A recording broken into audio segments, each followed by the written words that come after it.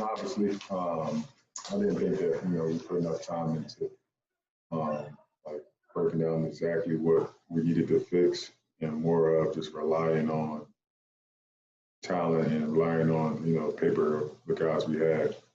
I think I said that during the time we was down there that sometimes I think we're just relying on how good we are on paper, and not actually breaking it down and really finding out what we need to do better, especially during that time being up a certain amount, and being in playoff time and being up 3-1, and losing two, or and losing three. Like, I feel as though we didn't really get that detailed in our adjustments. Thank you. Next, we'll go to Sean Powell from NBA.com. Hey, Marcus, welcome back. Your brother was also a free agent this summer, and I just wanted to know, how close was it, you guys becoming teammates with the Clippers? And also, what was your feeling about him winning a championship? The first one I don't really want too much to speak on. It didn't happen. So he's happy where he's at, and like I said, I'm always rooting for him. And him winning the championship was was amazing for our family. We've been through a lot in this league. Growing up, that was just an accomplishment for our family as a whole. Being able to take it back to where we grew up and where we're from, and letting the neighborhood see it, and just giving them hope. And that was the biggest part, man. Coming from such a far way to get to the point we were, we are now. That was a big accomplishment for the Myers family as a whole. Thank you. Next, we'll go to Charlie Widows. Hey, Marcus, welcome back. What did you learn about Ty last year and the time that you were with him, and why do you think he's so well positioned to lead this team starting this year? Before I got to the Clippers, me and Ty already had a great relationship. He's been around the league, and he's a face of the league. We already had a really good relationship. And the one thing that I like about him is that he's open to listen to different ideas from the players. He's played the game, and he's played with great players. So I think his openness to figuring out what we also like. I think that's the biggest thing that I think that he can connect with us and add a big shot. And the coaching staff is amazing, but I think the biggest thing is being able to connect with the players and understanding the players, and talking to the players and not really having that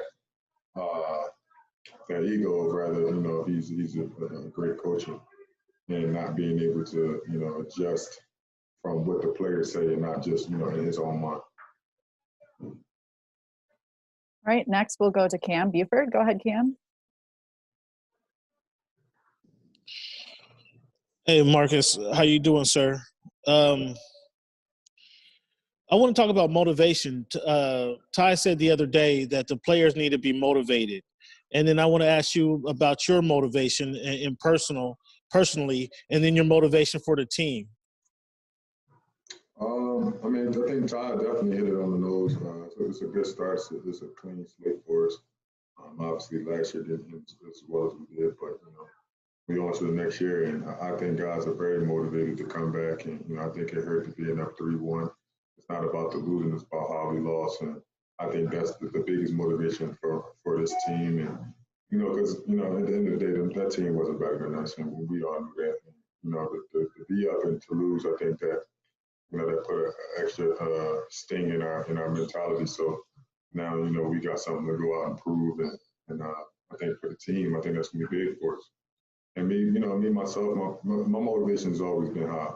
I've always came and always put my hard hat on and came to work. And I'm appreciative from the Clippers, and that's going to make me play even harder and be more motivated because they helped me to take care of my family also. So I'm very grateful, and I'm gonna do everything it takes for to put my team in the best position. Also, help the young guys. Thank you. Next up, we'll go to Farbad. Go ahead, Farbad. Hey, Marcus, I just want to know, what went into the decision-making of coming back to the Clippers? How did that all go down? Yeah, that's a cool name. Farbad. Cool name. Appreciate it. Yeah, I'm going to say that first. And then secondly, it wasn't hard. I I built a great relationship with the guys around here. Frank is, is one of the best presidents that I've, came in contact with. This is my sixth team, and he's by far the best. We've always had great communication. And then, that's the biggest thing for players is, to be able to talk to them like we're grown men, and that was the biggest thing is our communication has always been on point. Steve does a great job with this organization, and I've been on 6, and it's been the best I've been on, and I'm pretty sure this is the best one in the NBA.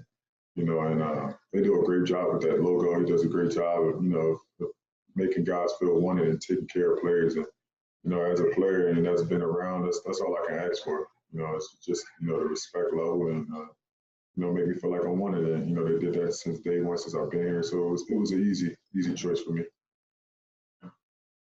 Thank you. Next, we'll go to Ohm. Go ahead, Ohm. Marcus, congrats on the contract. I was wondering how does the dynamic of the front court change, personality-wise, and even on the court when you lose Montrez and JaMychal, bring you back though in the physicality, but also add Serge? I think Serge definitely came to even it out. JaMychal and Trez was a major factor of this team, but just the next man up, man. Those guys chose the way they wanted to go. We just going to have to beat their ass too. So, we all for it. And, I'm excited to go against them. And kudos to them and their contracts and what they did. But, it's all about the Clippers now. And Serge is going to be a great help for us with his versatility and being able to play the 5 and the 4 and, being able to help Big Zoo and add some more veteranship to this team with Batum also. We got a lot of veteran guys that been around the league and, proven guys. So I think it's going to really fit add Tulu and that mix and, bring it all together. Thank you. Next, we will go to Miriam. Hey, Marcus, congrats on the deal and hope all is well with the baby. Welcome back.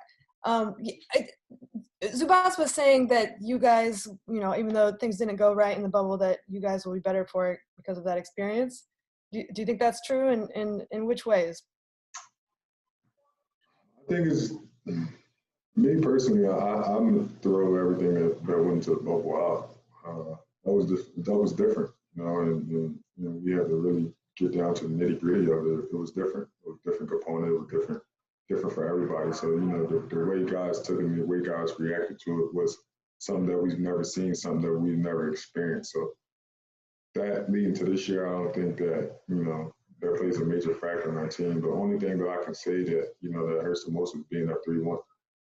But at the end of the day, now we're back to playing in our arenas, back to being home and being able to actually see our families and get the right recovery and things like that. And I think that a lot of people overlook that, but there's no excuses. The Denver team was pretty good, but being out here now and being in our comfort zone, I think it would be way better.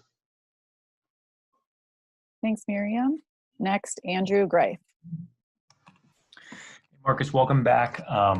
Congrats on the contract. Yesterday, Lawrence and Ty were talking about the difference it'll make to have PG and Kawhi available for training camp, which they weren't last year. I know you weren't around for that, but you saw how injuries really didn't let this team really get the same lineup together very often.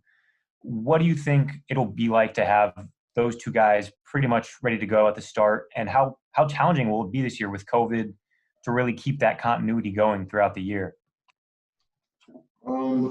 Obviously, with those two guys starting from the beginning of the season and having, building that relationship and building that continuity on the court is going to be major for us. And, they're the two right guys. They're very close, and we're all very close as a team. And, all of us being out there, we all going to have a chip on our shoulder this year. And, the COVID thing, I think everybody has to deal with it. So, it's more of a just over making sure that, we're doing stuff together, making sure that our chemistry is, is perfect. And I think we got the right coaches and the right guys around to make sure that they implement that and make sure that everybody knows that that's a major factor of this team. And I think, from being in the league for a while, and PG, I think it was 11 year, and me and K came in the same year, I think we all know that. Last year, just, it was different things and different components, but we all could put our finger on it, and that's the best thing. So, it's just time to move forward and, get going. Thank you. Next up, we'll go to Justin Russo. Hey, Marcus, welcome back to the team. It was reported that you're going to be changing your jersey number for this season to number 8. And I was just wondering if there was any special reason behind choosing that number or anything like that.